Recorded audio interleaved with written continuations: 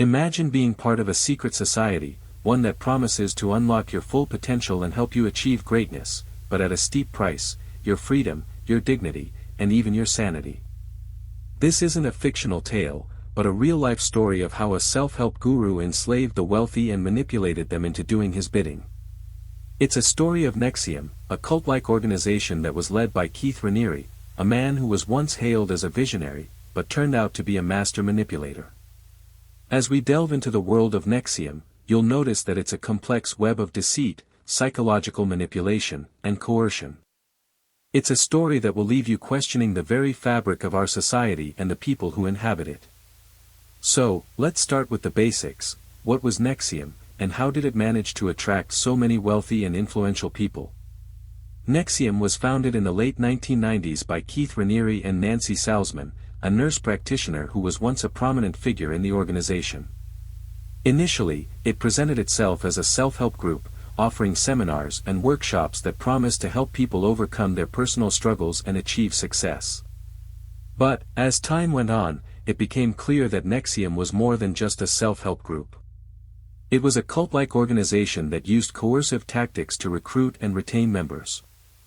Raniere, who was known as Vanguard within the organization, was the leader and the driving force behind NXIVM. He was a charismatic figure, with a magnetic personality that drew people in. But, beneath the surface, he was a master manipulator, using his charm and intelligence to control and exploit those around him. One of the most shocking aspects of NXIVM was its use of a practice called collateral. Members were encouraged to provide compromising information or material about themselves, which was then used as leverage to keep them in line. This could be anything from nude photos to confessions of past wrongdoing.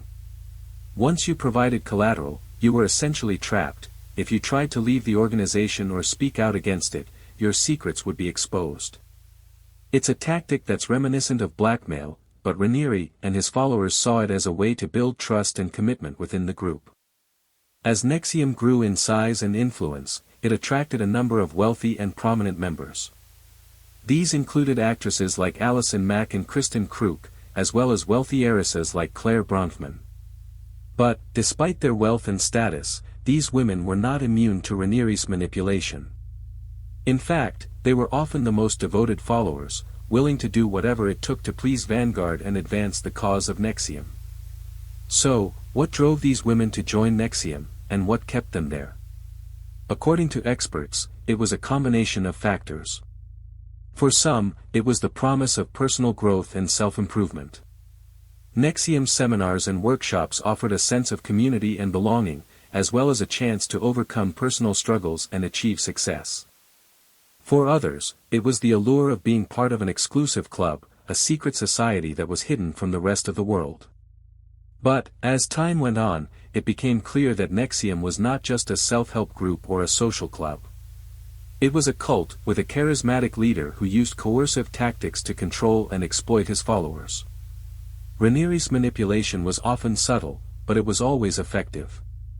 He used a combination of praise and criticism, reward and punishment, to keep his followers in line. And, for those who were truly devoted, he offered a sense of purpose and meaning, a chance to be part of something bigger than themselves. As we explore the world of NXIVM, it's clear that Raniere's manipulation was not just limited to his followers. He also used his charm and intelligence to manipulate those around him, including his business partners and allies.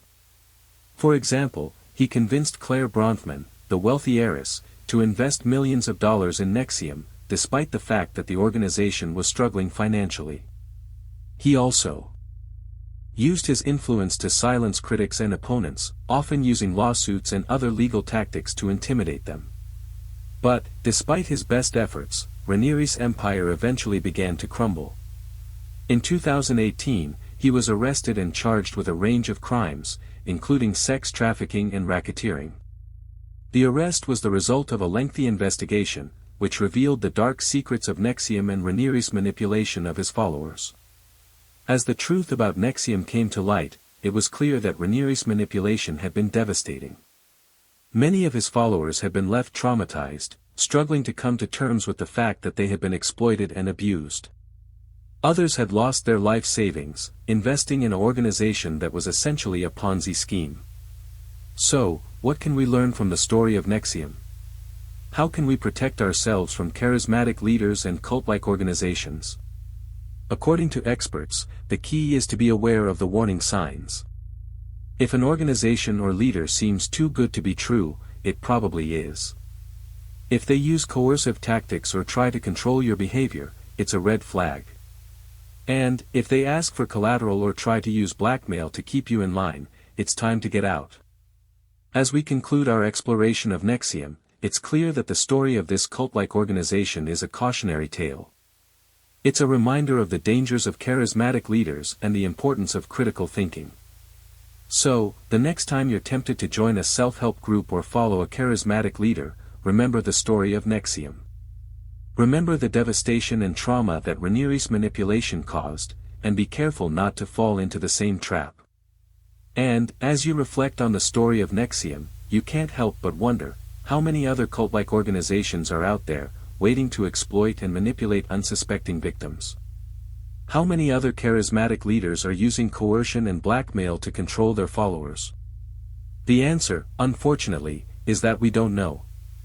But, by sharing the story of NXIVM, we can hope to raise awareness and prevent similar tragedies from occurring in the future.